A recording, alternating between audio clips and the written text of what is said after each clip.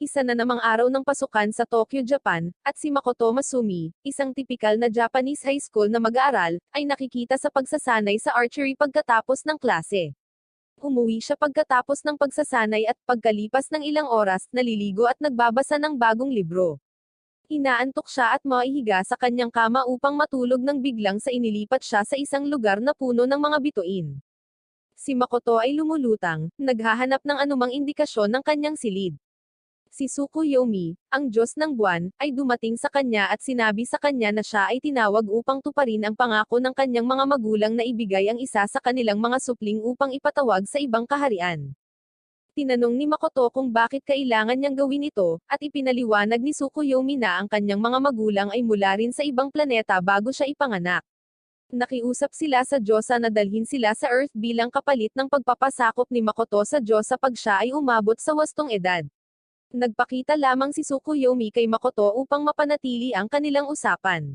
Matapos marinig ang lahat ng ito, tinanggap ni Makoto ang kanyang kapalaran at hinayaan si Tsukuyomi na gawin ang gusto niya. Ipinadala ni Tsukuyomi si Makoto sa ibang lugar kung saan nakakuha siya ng mga katangian at kapangyarihan ng isang bayani. Dinala ni Tsukuyomi si Makoto upang bisitahin mismo ang mapusok na Diyosa pagkatapos ibigay ang lahat ng mga kakayahan na kailangan ni Makoto upang umiral sa kabilang mundo, kabilang ang magic. Nang dumating si Makoto sa kwarto ng Diyosa, kinukutya niya ito at ipinagkaloob sa kanya ang kapangyarihang magsalita ng anumang wika maliban sa tao. Nang matapos ang Diyosa sa kanyang kakilakilabot na gawa, ipinadala niya si Makoto sa bagong mundo. Lumitaw si Tsukuyomi sa hangin at pinapanatili siyang lumulutang habang bumababa siya ng libu-libong talampakan patungo sa bagong planeta. At nagbahagi ng ilan pang mga payo tungkol sa mga kakayahan ni Makoto sa kanya bago dahan-daang pinakawalan siya sa kabilang mundo. Nang tumayo si Makoto, natagpuan niya ang kanyang sarili sa isang kaparangan. Sinimulan niya ang kanyang paghahanap para sa sibilisasyon at gumugol ng 3 araw na pag-alagala sa mga kaparangan. Handa na siyang sumuko nang may narinig siyang humihingi ng tulong. Sinusundan niya ang tunog upang matuklasan ng isang baboy na kahawig ng isang orc at handa ng lamunin ng isang halimaw na may 2 ulo. Tumakbo si Makoto at madaling nawasak ang halimaw, na iniligtas ang orc na nagtatangkang tumakas. Lumapit sa kanya si Makoto at nagpakilala. Kinikilala niya ang kanyang pangamba sa kanyang mga kakayahan at pinapakalma siya. Kapag siya ay kumalma na, ipinakilala ng orc ang kanyang sarili bilang si Emma at sinabi sa kanya ang tungkol sa kanyang kalunod-lunos na pag-iral. Siya ay isasakripisyo sa isang great dragon sa loob ng ilang araw. Nararamdaman ni Makoto ang kanyang kaaya-ayang aura at piniling iligtas siya sa pagiging sakripisyo sa great dragon. Sinamahan niya siya sa kanyang nayon at binigyan si Makoto ng pagkain, ngunit kumakain siya na parang baboy. Sinisigurado ni Emma na patuloy siyang maghain ng pagkain habang tinatapos niya ito. Pinagmamasdan ni Makoto si Emma gamit ang isang levitation spell upang ilipat ang mga bagay sa paligid habang kumakain ng kanyang steak. Siya ay nagtatanong tungkol dito, at siya ay tumugon na ito ay magic lamang. Pagkatapos ay hiniling ni Makoto na turuan siya ng magic, at pumayag naman ni Emma. Pagkatapos niyang kumain, dinala ni Emma si Makoto sa isang lokasyon at ipinakita sa kanya kung paano gumawa ng fireball. Ipinakita niya at inanyayahan si Makoto na subukan ito. Kapag ginawa niya ito, pinakawalan niya ang pinakamalakas na fireball, na nagdulot ng isang dent sa kanilang kuweba. Pagkatapos ay sinubukan ni Emma ang kanyang magic level at nadismaya nang matuklasan na ito ay level 1 pa lang. Umalis si Makoto sa Orc Village kinabukasan pagkatapos magpadala ng mensahe kay Emma, na nangakong hahanapin at papatayin ang Great Dragon para hindi na kailangang masakripisyo si Emma. Naglalakad siya sa mga kaparangan, huminto para sa isang maikling pahinga bago magpatuloy sa kanyang paghahanap. Pagkatapos ay ginamit niya ang kanyang mga kapangyarihan upang gumawa ng isang nagninangas na palaso at isang pana. Pagkatapos ay nagpaputok siya ng nagninangas na palaso sa isa sa mga altar ng mga acolyte ng Great Dragon, na nilipol ang mga deboto doon. Ang mga mananampalataya ay namamatay at nagiiwan ng matangkad na ulap sa likuran nila. Ang dakilang dragon na si Shen ay dumating upang labanan si Makoto. Si Makoto, na dati nang nakakita sa karamihan ng mga welga, ay umiiwas sa lahat ng atake at binugbog ang dragon gamit ang isang barrage ng mga nasuntok. Matapos tapusin ang kanyang mga suntok para sa araw na iyon, inilagay ni Shen si Makoto sa kanyang kilalang memory box at sinuri ang mga alaala ni Makoto. Naalala niya si Makoto na nanginginig sa kanyang pantalon nang anyayahan siya ng isang batang babae, si Hasegawa. Napatawa si Shen sa kahihiyan ni Makoto at nakita ang iba pang alaala ni Makoto. Naiintindihan ni Makoto na siya ay nasa isang genjutsu at ibinalik ang sarili sa realidad. Siya ay may mas mahusay na kaalaman sa kanyang mga kakayahan at bumuo ng isang chronosphere sa paligid ng kanyang sarili. Ginagamit niya ang lakas na ito para masira ang mga memory box ni Shen at maghanda para sa ikalawang round. Kumunat si Shen at nagmakaawa sa kanya na tumawag ng ceasefire. Pagkatapos pumayag ni Makoto sa ceasefire, hiniling ni Shen kay Makoto na gumawa ng kontrata sa kanya. Si Makoto ay tumatagal ng ilang sandali upang isaalang-alang ito, ngunit ang pagiging mapanghikayat ni Shen ay nagpakumbinsi sa kanya na tanggapin ang mga tuntunin at kondisyon sa loob ng ilang minuto. Si Shen ay pumasok sa isang kasunduan kay Makoto at naging tagapaglingkod niya. Sa pagkakataong ito, siya ay nagiging isang kaibig-ibig na pangunahing tauhang babae na may kaakit-akit na pisikal na katangian. Tinanong ni Makoto si Shen kung bakit siya nag-aanyong tao. Ipinaliwanag ni Shen na ito ay dahil nanalo siya sa kanilang laban, ang batas ay nag-aatas sa natalo na kunin ang anyo ng kanilang bagong amo sa sandaling maitatag ang kontrata. Tinanong ni Shen ang kanyang amo kung maaari niyang dalhin siya sa isang lugar pagkatapos ng kaunting talakayan. Ipinagkaloob ni Makoto ang kanyang pahintulot, at gumamit siya ng mist portal para dalhin silang dalawa sa isang demiplane. Nang pumasok sina Shen at Makoto sa demiplane, natarante sila dahil ang demiplane ay sadyang madilim at hindi kaakit-akit kumpara sa magandang evergreen na mundo. Lumalabas na ang dalawa ay kumain ng ilang persimmons at pinahahalagahan ang mga tanawin. Hinikayat ni Makoto si Shen na ibalik sila sa kaharian ng mga orc upang ituwid ang hindi pagkakaunawaan nila sa kanila pagkatapos nilang makita ang napakarilag na demiplane. Bumalik si Shen sa kaharian ng orc kasama si Makoto at nakita niya si Emma na tumatakbo palapit sa kanila. Siya ay tila nagmamadali upang ipaalam kay Makoto ang tungkol sa labanan sa dragon. Nanghihina siya sa tuwa nang malaman niyang natalo na niya ang dragon. Ang mga taga-nayon ay nag-organisa ng isang mahusay na pagdiriwang sa gabing iyon upang parangalan ang tagumpay ni Makoto laban kay Shen ang Great Dragon. Ipinakita si Shen na umiinom ng labis na dami ng ale habang nakikipag-usap sa isa sa mga orc. Sa isang punto sa kanilang pag-uusap, tinanong niya ang orc kung gusto nilang manirahan sa kanilang demiplane country. Hinipon ng mga orc ang kanilang mga gamit at naghanda na umalis sa kanilang tinubuang bayan para sa magandang lupain sa demiplane kinaumagahan. Nagulat si Makoto nang malaman ang tungkol dito, at hinarap ang kanyang lingkod para sa hindi pagpapalam muna sa kanya sa pagdadala ng mga orc sa kanila. Si Shen, sa kabilang banda, ay naghiwalay ng sarili sa isa pang nakababatang fragment at nakipagdebate sa kay Makoto. Kinumbinsi niya si Makoto na tanggapin ang kasunduan sa tulong ng mga orc. Kapag ginawa niya, dadalhin niya ang lahat ng orc sa demiplane. Halos sa sandaling dumating sila, ang mga orc ay nagsimulang magtayo ng isa pang bayan ng orc sa teritoryo ng demiplane. Makalipas ang ilang araw, habang sinasanay ni Makoto ang kanyang mga magic powers, tiningnan ni Shen ang memorya ni Makoto para manood sa isang makasaysayang drama film. Nakita ni Makoto na labis siyang natuwa sa mga alaala niya at pinigilan siya. Isinasaalang-alang ni Shen ang kanyang mga pagpipilian ng mabuti at gumawa ng isang plano upang takutin ang kanyang master na payagan siyang makita ang mga kaganapan sa kanyang isipan. Pagkatapos niyang pumayag na manood siya at nainip siya, nagpasya siyang lumabas at hanapin ang mga materyales na kakailanganin niya sa paggawa ng TV para makapanood siya ng mas madali. Sa labas lamang ng Orc Village, ang isang dwarf ay hinuhuli at sinalakay ng itim na catastrophe spider. Ngunit napakalayo ni Makoto sa kanyang kinaroroonan. Natuklasan ni Makoto ang dalawang orc na nagpupumilit na ibagsak ang isang malaking puno. Pumasok siya at hiniwa ang puno sa dalawa bago ibigay ito sa mga orc.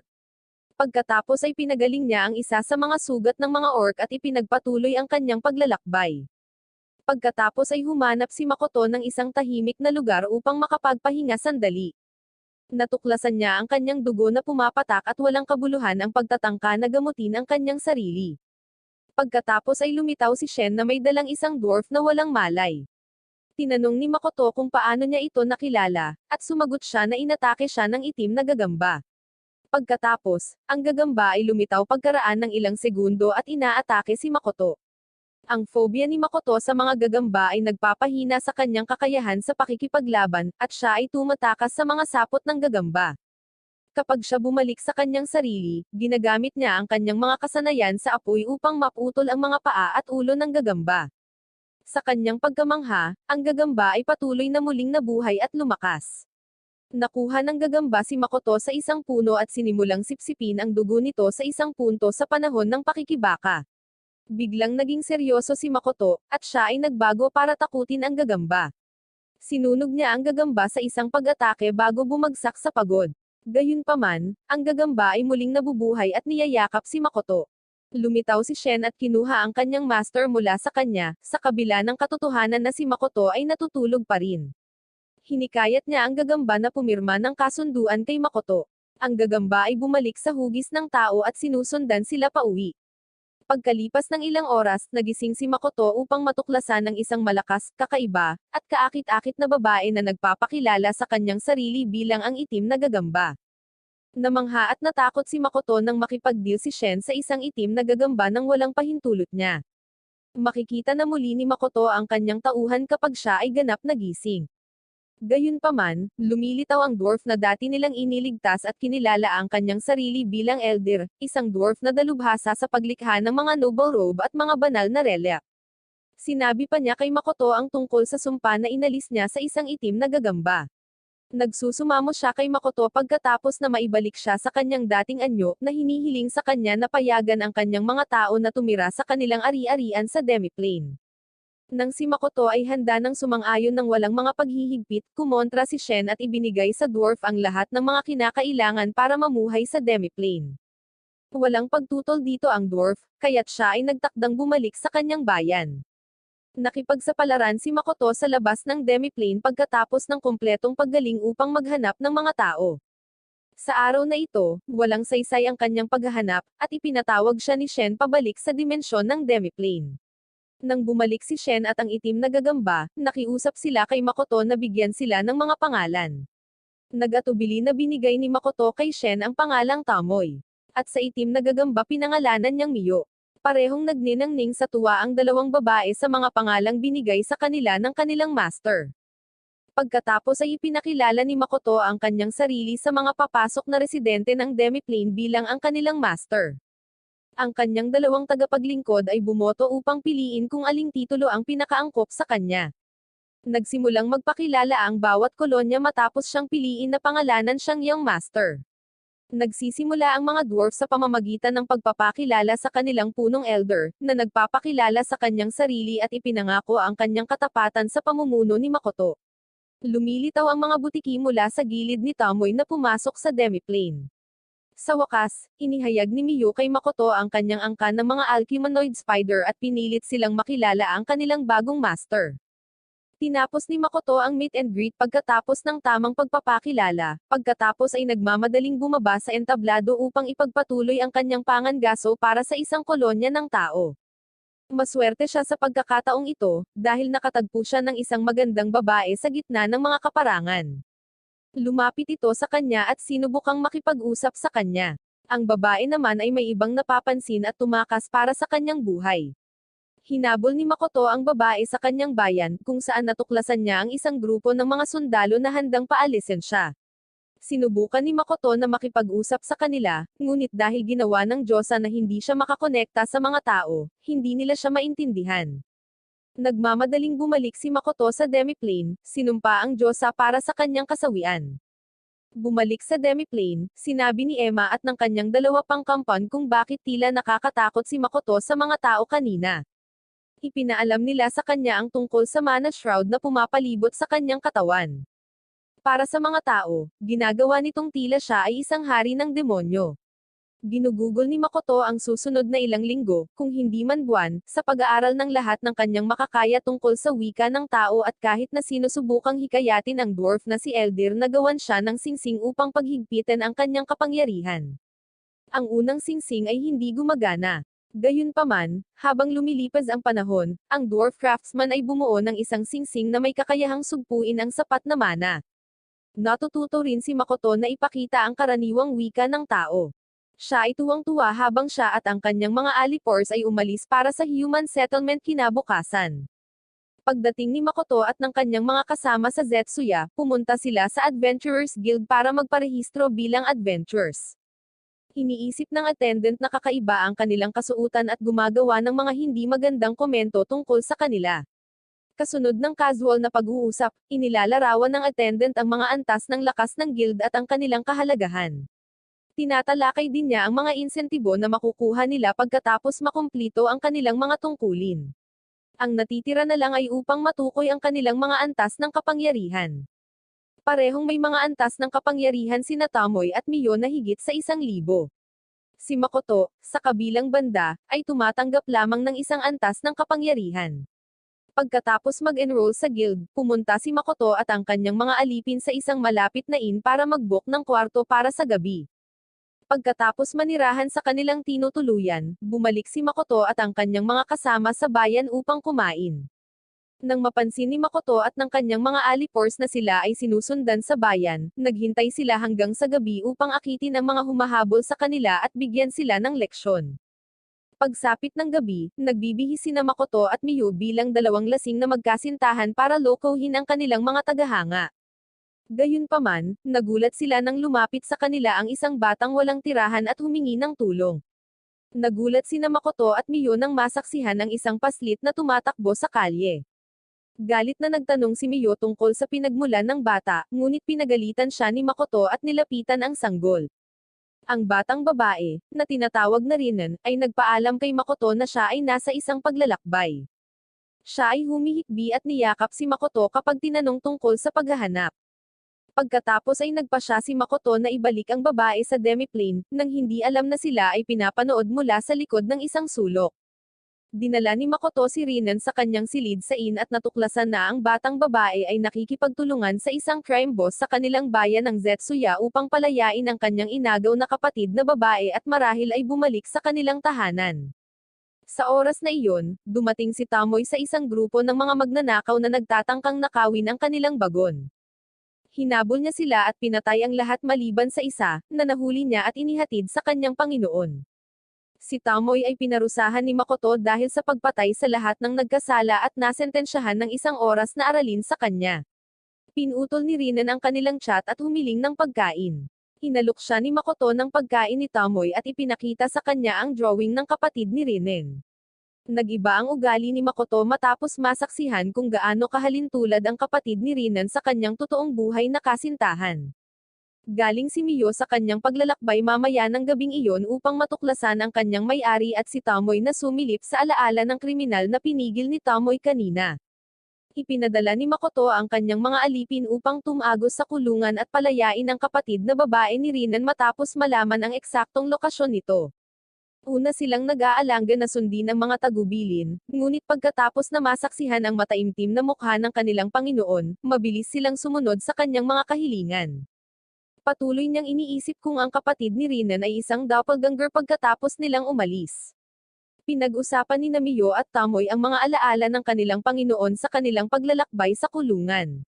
Naiinggit si Miyo sa kakayahan ni Tamoy na masulyapan ang mga alaala ng kanilang Panginoon nang walang kahirap-hirap. Sina Makoto at Rinan ay sumakay sa kanilang kariton patungo sa bayan kinaumagahan upang ipamahagi ang ilang mga paninda. Sa paglalakbay doon, ikinwento ni Rinan kay Makoto ang kanyang paghikbi kung paano sila nahulog sa kamay ng pinakamalakas at mapagmataas na adventurer ni Zetsuya. Inihayag ni Towa, kapatid ni Rinan, ang dahilan ng kanyang pakikipaglaban. Ayon sa kanyang salaysay, pumasok siya sa mga kaparangan at nagdala ng kasawian sa kanyang sarili at sa kanyang kapatid na babae lamang upang maibalik ang dignidad ng kanyang pamilya. Dumating sa kanya sina Tamoy at Miyo nang malapit na siyang mawala ng malay at palabasin siya sa kulungan na kinaroroonan niya. Gusto nilang ipuslit si Towa palabas ng kulungan, ngunit nahuli sila ni Mills Ace, ang pinakamakapangyarihang adventurer. Napansin ni Rinan ang isa sa mga goons ni Mills Ace habang nakasakay sa bayan. Iniwan niya ang kanyang biyahe at dumulas sa isang eskinita upang salubungin siya. Ginagamit ni Makoto ang kanyang location magic para hanapin siya at makinig sa kanyang chat. Sa kabila ng mabuting kalooban ni Makoto, lumalabas na gusto ng amo na magnakaw siya sa kanya. Tinanong ni Rinan kung may isa pang pagpipilian, ngunit ipinaalam sa kanya ng amo na wala siya. Ang alipors ay bumalik sa kanyang amo, si Mills Ace. Dumating siya sa Mills Ace sa pakikipaglaban kina Tomoy at Mio at kinilala sila bilang mga adventurer na lumampas sa level 1000. Ngumisi si Mills Ace at inanyayahan silang sumali sa kanyang squad, ngunit tinanggihan lamang. Ininsulto ni Mills Ace si Makoto, na ikinagalit ng mga babae. Naglunsad sila ng napakalaking mahiwagang pag-atake sa kanya, ngunit pinalihis niya ito gamit ang kanyang mahiwagang hadlang. Ang mga babae ay sineseryoso ito kasama ang mga batang lalaki at pinupukpok silang lahat sa limot. Kapag natapos na sila, natuklasan nila na nawasak na nila ang halos kalahati ng Zetsuya. Sa halip na pag-isipan ang kanilang pag-uugali, ang mga babae ay nakipag-away sa isa pang pag-aaway at nagpasya na ilabas ang kanilang galit sa iba pang komunidad. Nagtutulungan sina Mio at Tomoy upang sirain ang buong bayan ng Zetsuya. Mabilis na nakasama muli ni Rinan ang kanyang kapatid, salamat kay Makoto at sa kanyang dalawang tagapaglingkod. Pinarusahan ni Makoto ang kanyang mga alipin dahil sa pagsira sa lungsod matapos patulugin ang magkapatid. Banitali niya ang mga ito at ibinalik sa demiplane. Iniwan ni Makoto ang nasirang Zetsuya para sa isang base militar pagkatapos matutunan ng kanyang mga alipors ang kanilang leksyon. Doon, napansin niya ang isang sundalo na nagpapaulam sa receptionist tungkol sa nangyari kay Zetsuya. Nanatiling pipi si Makoto habang nakikinig sa sinabi ng sundalo sa receptionist tungkol sa mga nilalang na sumalakay at some-iris sa lungsod. Pagkatapos ay isiniwalat ni Makoto na pinakialaman niya ang memorya ng lahat sa Zetsuya, na naging dahilan upang makalimutan nila ang tunay na nangyari noong araw na iyon. Kapag natapos na ng sundalo ang kanyang salaysay, ipinaalam niya sa receptionist na iniligtas ni Tomoy at Mio ang lungsod gamit ang kanilang level 1000 na kakayahan. Pumasok si Makoto at ipinakita sa kanya ang ebidensya, pagkatapos ay nilapitan si Tomoy at pinarusahan siya. Hinatulan siya ni Makoto ng maraming araw sa isang night air entry mission. Walang muwang si Tomoy na sumusunod sa utos ng kanyang Panginoon at nagsimulang tuklasin ang kanyang landas, dala ng pangangailangang paunlarin ang kanyang mga talento.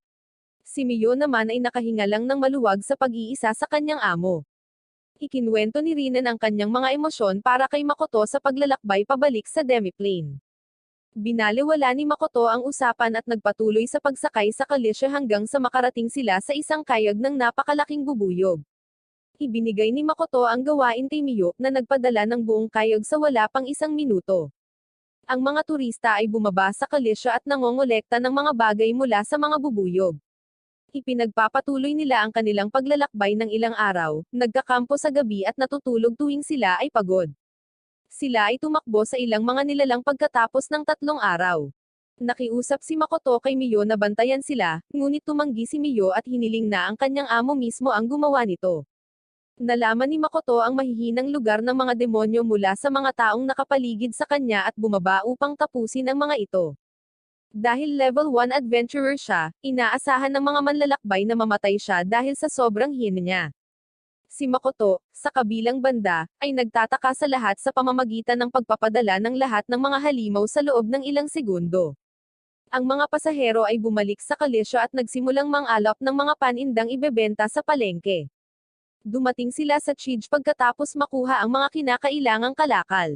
Nagparehistro si Makoto at ang kanyang squad bilang mga adventurer at naghahanap ng anumang hindi pangkaraniwang gawain doon.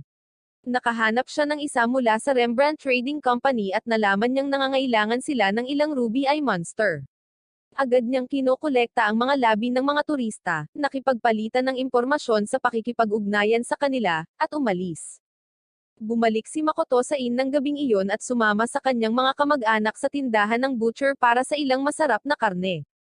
Sinubukan ni Makoto ang laman at natuklasan na ito ay talagang masarap. Kumakain siya ng inihaw na parang caveman at nakilala ang iba pang mga pasahero na kanyang nakipagsanib puwersa. Ang lasing na alchemist ng team ay si Hazel, ang gunner ay si Luisa, at si Ranina ay ang priest knight na humamon kay Makoto sa isang arm wrestling at natalo sa unang pagkakataon sa kanyang buhay. Si Mio naman ay nag-aalala lang na mangolekta ng mas maraming karne para sa kanyang sarili at sa kanyang may-ari. Ipinaalam ni Luisa kay Makoto ang tungkol sa mga kakilakilabot na kwentong narinig niya tungkol sa Rembrandt firm pagkatapos ng mga pagpapakilala. Kinabukasan, bumalik si Makoto sa demiplane kasama si Mio upang magtatag ng isang negosyong pangkalakalan. Tutol si Emma sa panukalang ito at ipinaalam sa kanya. Tiniyak sa kanya ni Makoto na muling isasaalang-alang niya ang pagtatatag ng kumpanya doon at pagkatapos ay magsisimulang maghanap tungkol sa Demiplane. Nalaman niya ang mga bagong tirahan ng mga duwende, orc, at dwarf. Nalaman din niya na nagpapatayo sila ng palasyo para sa kanya. Sa puntong iyon, tumakbo ang dwarf sa kanila at hinihimok si Makoto na puntahan ang natatanging baluti na ginawa ng mga duwende para sa kanya. Tumanggi si Makoto na pumili ng isa pagkatapos suriin silang lahat. Handa na siyang sumuko hanggang sa mapansin niya ang isang full-on na coat at pantsuit na maaaring magpalit ng kulay at mapabuti ang kanyang kapangyarihan. Nagsuot siya ng mga damit at nagsimulang makipagkarera sa paligid na masaya. Lumabas si Makoto sa Demiplane at naglakad papunta sa Rembrandt Trading Company kinabukasan. Kasabay nito, ang mga adventurer ng guild line ay naghahangad na matuklasan kung sino ang nagkukunwaring bagong tao na ito. Natuklasan niya na ang individual ay si Makoto at nangakong aalisin siya sa lalong madaling panahon. Ang kinatawan ng Rembrandt Trading Company ay nakikipagpulong kay Makoto sa bahay ni Patrick Rembrandt at nalaman ang tungkol sa kanyang nakaraan, kabilang ang katotohanan na siya ay isang level 1 adventurer na walang karanasan. Tinatalakay ng Makoto ang kanilang mga ambisyon na pagsamahin ang kani-kanilang mga negosyo sa pangangalakal upang magtrabaho patungo sa isang ibinahaging layunin. Dahil sa kanyang posisyon, tinanggihan ni Patrick ang kahilingan at ibinasura ang kapangyarihan at kakayahan ni Makoto. Si Patrick, sa kabilang banda, ay nabigla sa kanyang buhay nang bunutin ni Makoto ang mga labi ng Ruby Eye Monsters at ihatid sa kanya. Agad niyang binago ang kanyang isip tungkol kay Makoto at sinabi sa kanya kung bakit kailangan niya ang mga eyeballs. Gusto niyang gumawa ng ambrosia, isang pambihirang gamot na gawa sa ruby eyes para pagalingin ang sinumpaang kondisyon ng kanyang asawa at anak. Nag-aalok si Makoto na tumulong at sinabi pa niyang may kilala siyang alchemy master na makakatulong sa kanila. Pagkatapos ay ipinatawag niya ang mga karagdagang ruby eye monsters na nanalo sa pag-aproba ni Patrick. Pinirmahan ni Patrick ang resibo at ibinalik siya sa guild nang may pahintulot niya. Bumalik sa guild, natuklasan ni Makoto na kailangan niyang pumasa sa 2 pagsusulit upang makasali. Minamaliit ng receptionist ang kanyang katalinuhan at binibigyan siya ng murang libro na babasahin bago ang pagsusulit. Binasa ni Makoto ang aklat at natuklasan na ang mga tanong ay angkop para sa ika-8 baitang sa aktwal na mundo.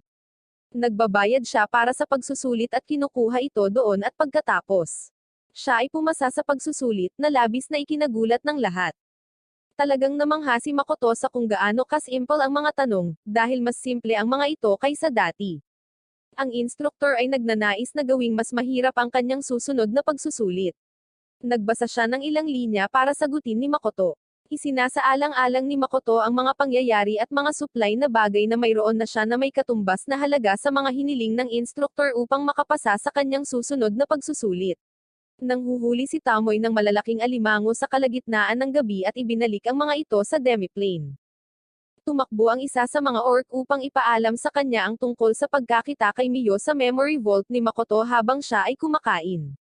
Tumakbo si Tamoy patungo kay Miyo, iniisip ang mga karumal-dumal na bagay na maaaring ginagawa ni Miyo sa mga alaala ng kanyang amo.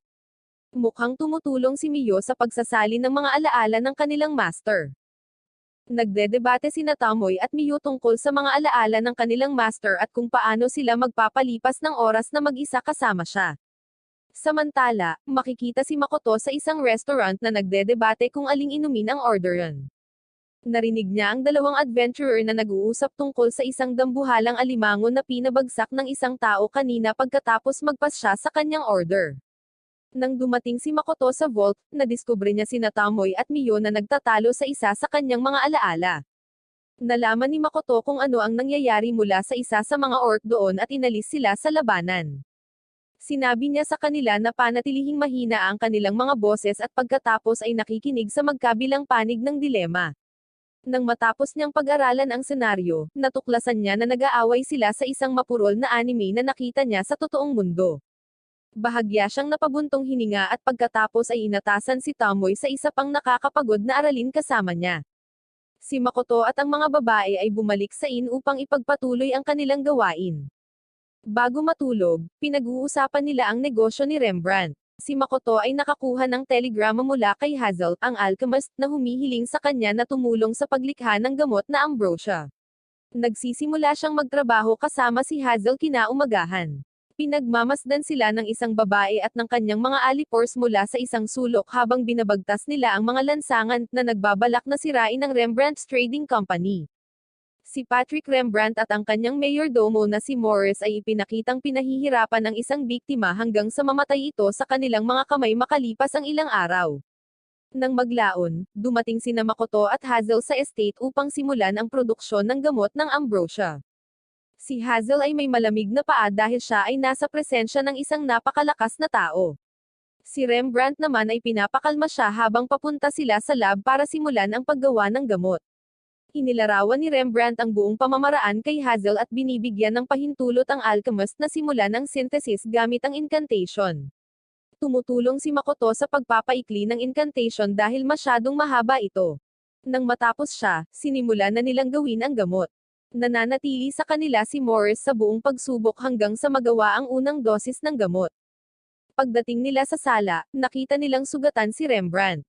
Si Makoto, na naguguluhan, ay nagtanong kay Rembrandt kung ano ang nangyari, at sinabi niya sa kanya na sinalakay siya ng kanyang mabangis na asawa at mga anak noong sinusubukan niyang ihatid ang gamot sa kanila. Kinikilala ni Makoto na maaaring problema ang kanilang pagiging agresibo, kaya inutusan niya si Rembrandt na dalhin siya sa kanyang asawa at mga babae. Unang minamaliit siya ni Rembrandt ngunit sinabi sa kanya ni Makoto na hindi siya matatalo ng anumang sinumpa na mga hayop. Hinakay ni Rembrandt si Makoto sa kanyang mga pribadong silid. Si Makoto ang unang humarap sa kanyang asawa.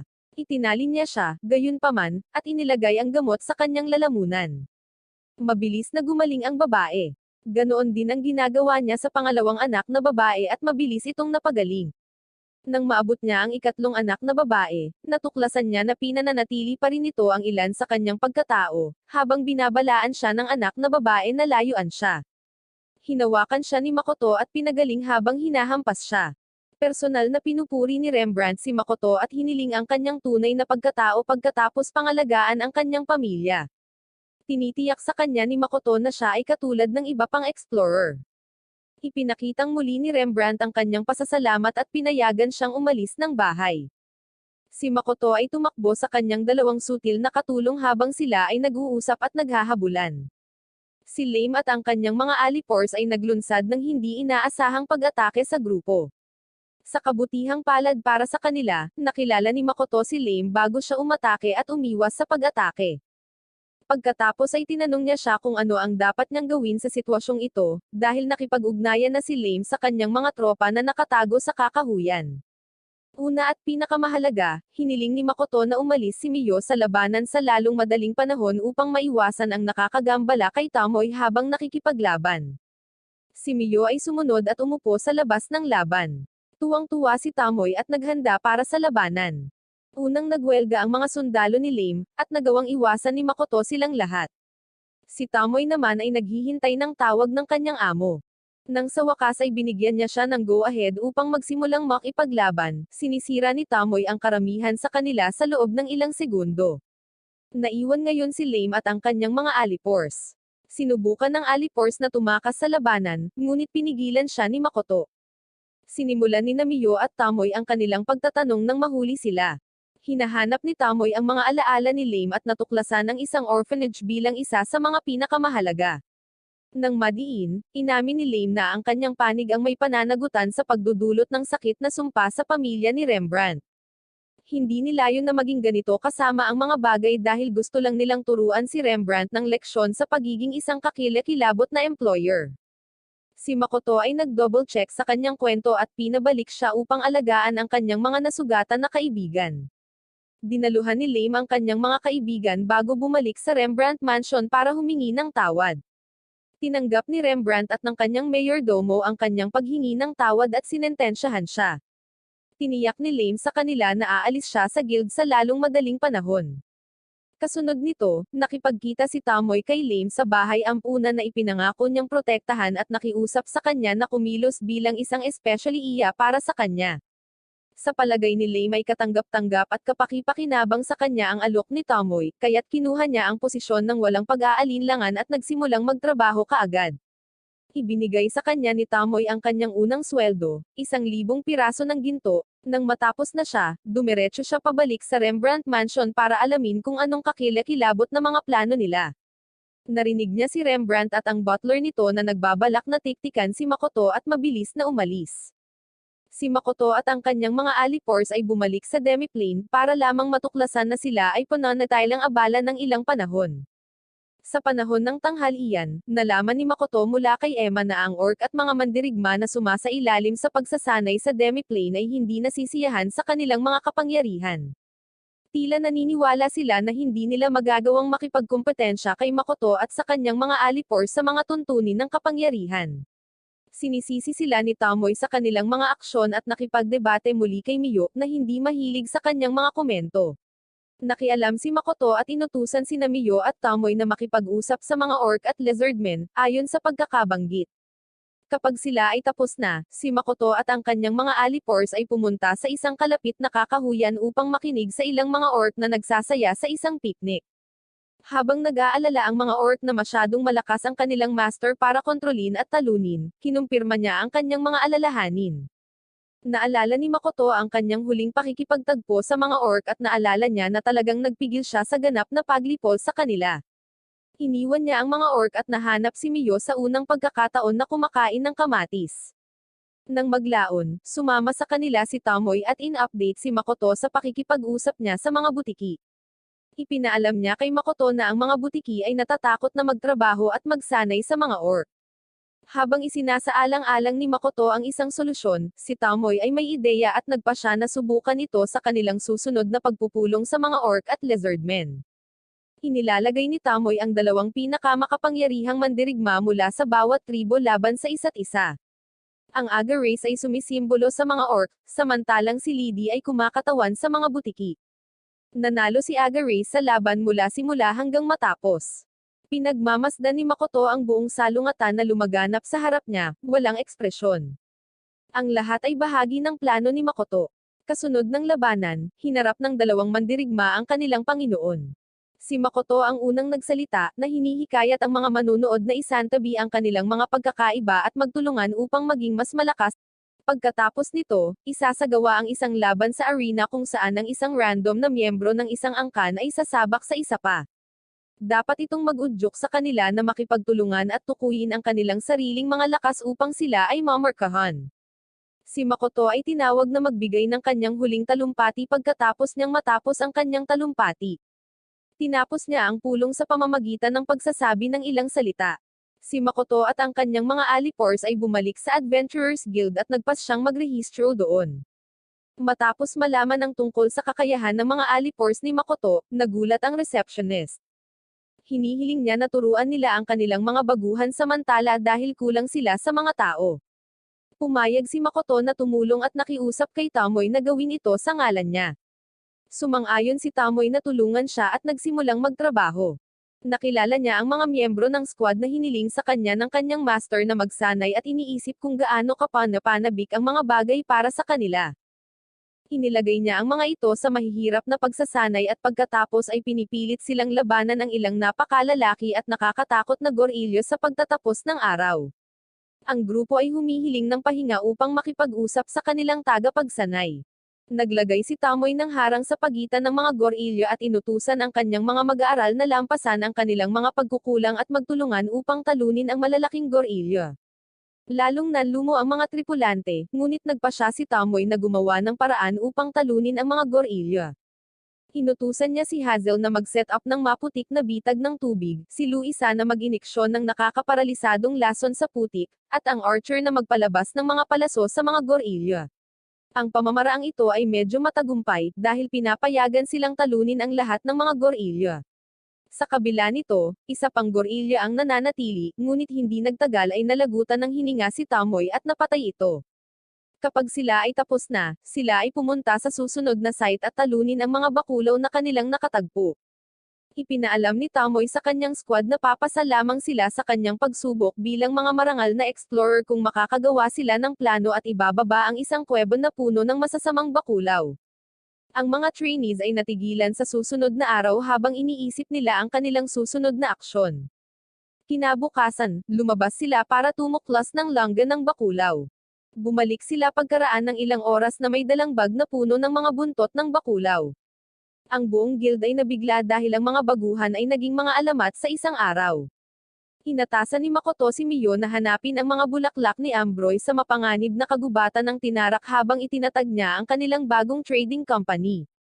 Tinanggap ni Miyo ang posisyon at sinimulan ang kanyang paghahanap. Nilapitan ni Makoto si Rembrandt at hiniling na umupo siya ng ilang espasyo sa kanyang ari-arian upang maitayo ang kanyang tindahan. Alam ni Rembrandt na balak siyang tiktikan ni Makoto, ngunit sinusubukan pa rin niyang bigyan siya ng trabaho sa kanyang negosyo. Bumalik si Makoto sa demiplane pagkatapos ng appointment niya kay Rembrandt at ikinwento ang pakikipagtagpo niya kay Rembrandt kasama ng kanyang mga alipor sa tanghalian.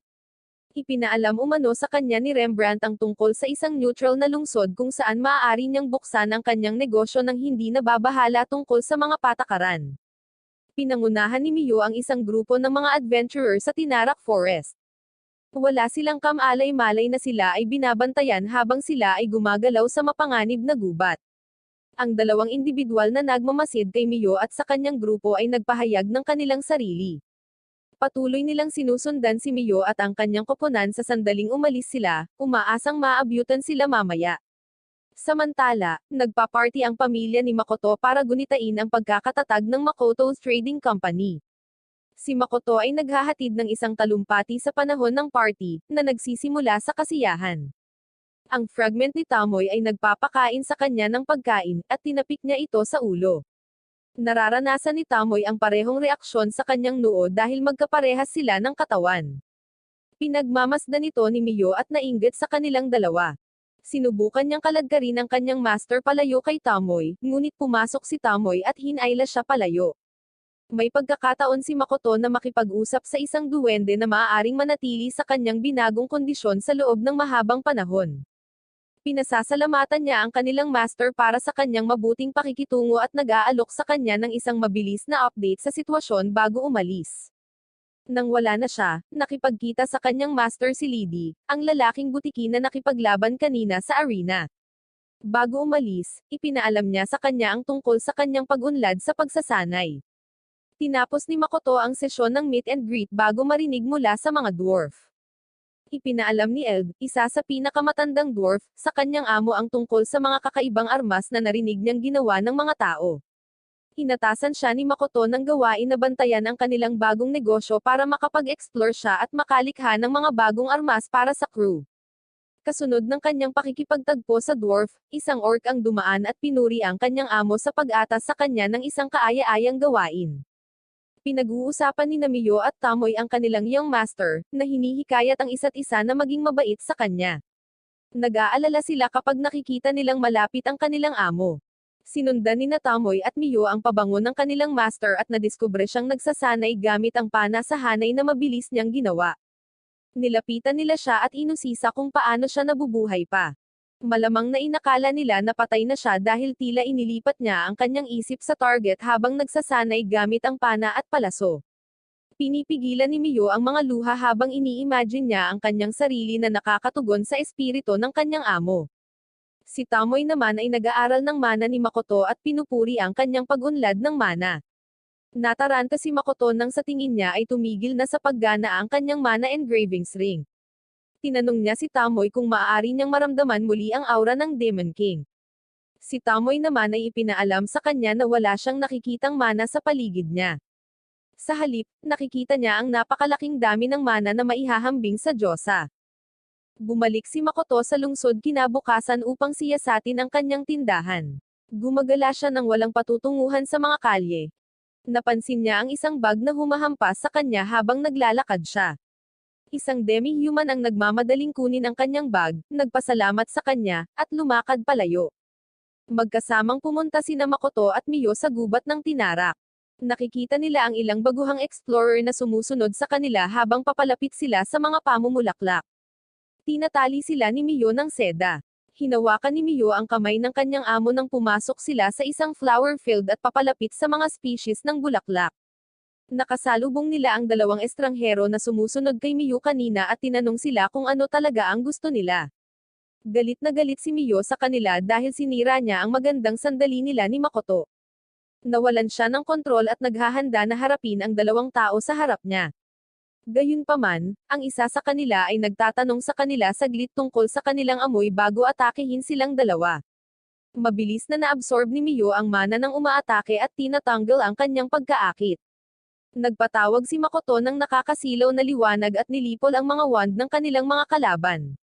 Ang mga walang karanasan na mga adventurer ay kalaunan ay tinawag sa ilusyon na lungsod na umiiral sa pagitan ng aktwal na mundo at ang demiplane.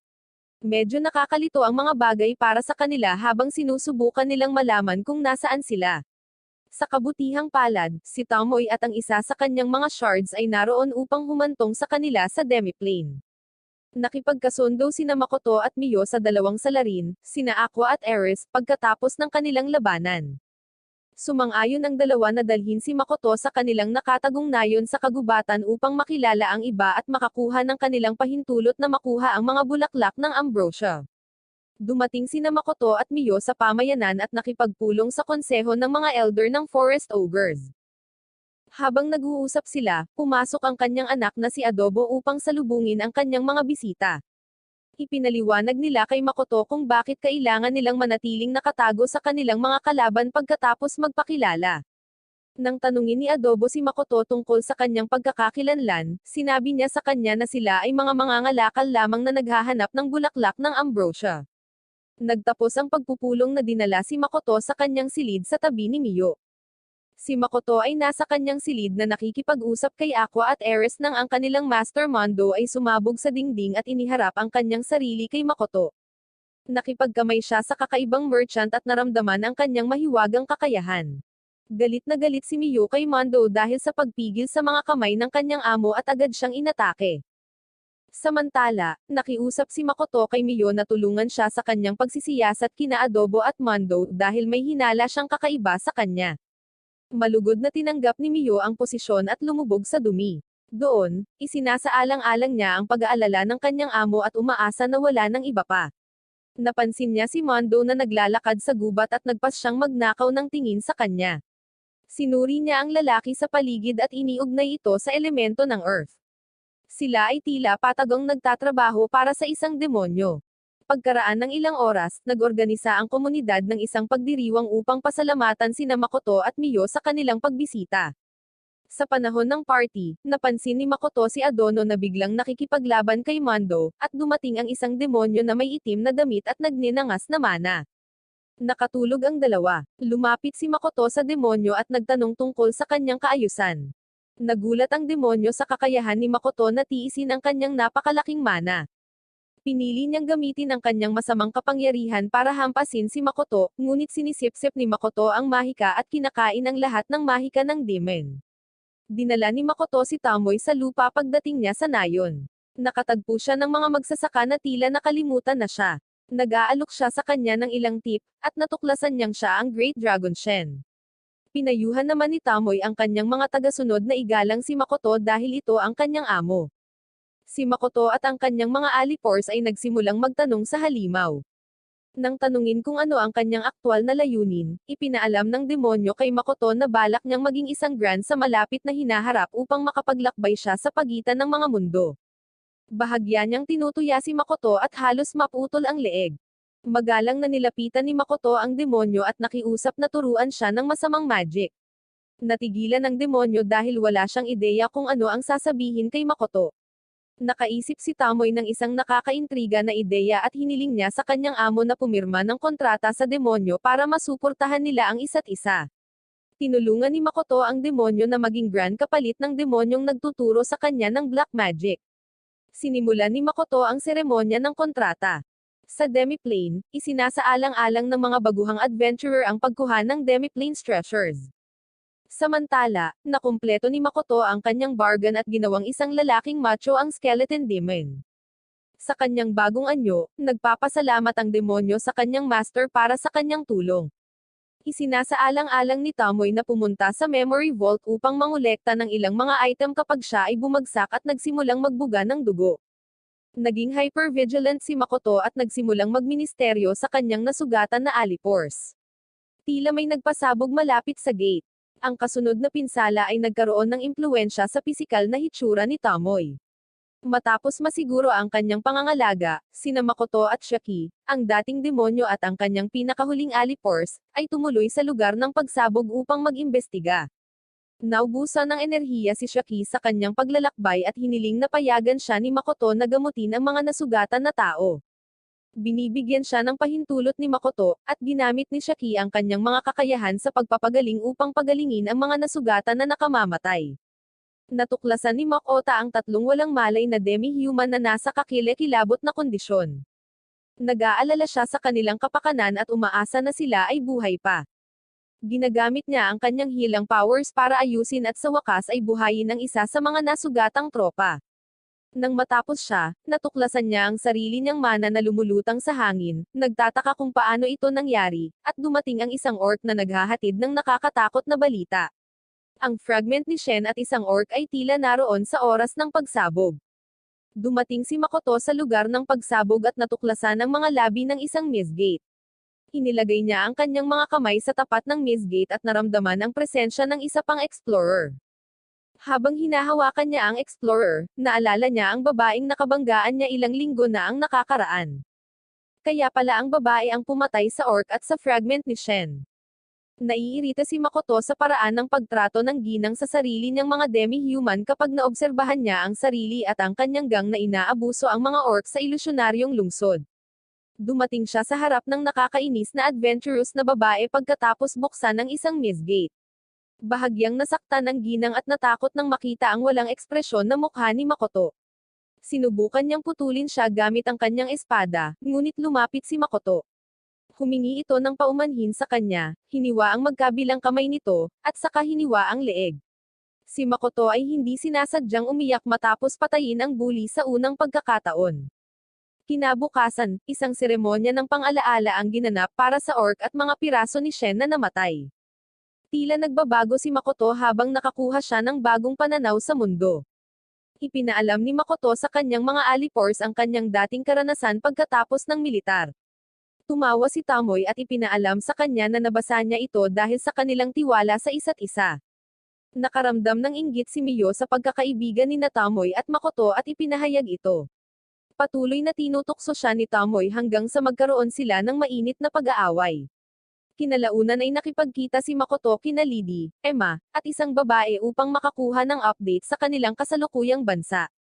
Naririnig niya ang lahat ng kailangan niyang marinig at nagbibigay ng mga bagong tagubilin para magawa nila. Pagkatapos ay binisita ni Makoto ang Dwarven Warehouse upang makita ang ilan sa kanilang pinakabagong armas.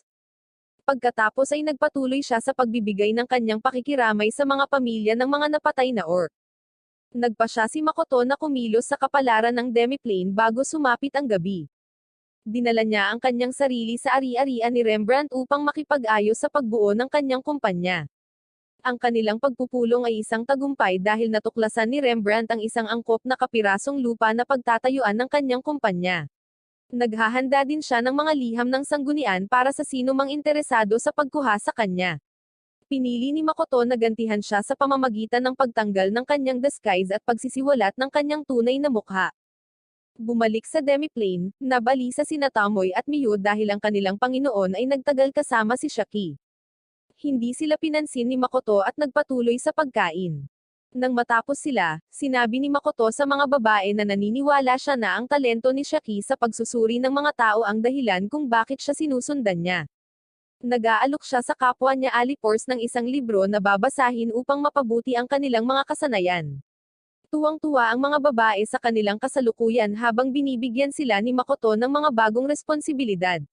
Balak ni Makoto na mag-enroll sa Sage Academy upang matuto ng higit patungkol sa mga tao habang siya ay malayo sa demiplane sa kanyang walang katapusang pagsisikap na maunawaan ang sangkatauhan at ang Diyosa. Dinala niya si Shaki at bumuo ng isang mahiwagang bilog upang ipadala silang dalawa sa Sage Academy makalipas ang ilang oras. Sa kasamaang palad para kay Makoto, ang Diyosa ay may iba pang mga ideya, dahil ginamit niya ang bilog upang ilipat siya kaagad sa isang larangan ng digmaan. Nang dumating ang dalawang mandirigma, hiniwa nila ang dalawa niyang daliri sa kanyang mga kamay. Pinakalma ni Makoto ang sarili matapos salakayin at maingat na suriin ang kanyang mga kalaban. Nakilala niya ang hindi kapani-paniwalang kapangyarihan ng dalawang mandirigma at gumawa siya ng diskarte para harapin ang mga ito nang hindi pinaglalaroan ang mga ito. Si Sofia, ang pinakamakapangyarihang adventurer kailanman, ay nagsimula ng isa pang pag-atake sa kanya. Napaatras si Makoto, umiwas sa welga, at nagsimulang magtanong sa mga mandirigma. Nagtatanong siya kung bakit siya sinaktan ng mga ito. Ipinaalam sa kanya ni Sofia na sila ay mga mandirigma na nakikipaglaban sa hukbo ng demonyo laban sa mga tao. Hiniska ni Makoto ang kapaligiran na nakapaligid sa kanya gamit ang kanyang GPS spell at natuklasan ang libu-libong demonyo na naghihintay sa signal ni Sofia na umatake. Naiintindihan ni Makoto na dapat niyang labanan ang dalawang mandirigma na ito ng totoo sa pagkakataong ito.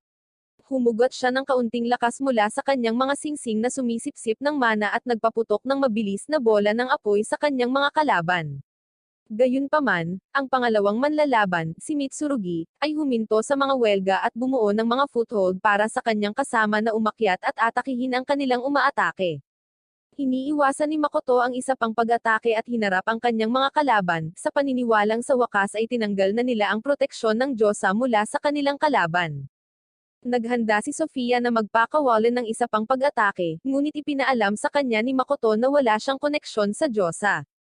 Tinanong niya ang kanilang mga pagkakakilanlan at nalaman na sila ang ilan sa mga pinakamakapangyarihang explorer na nakita sa mundo ng mga tao.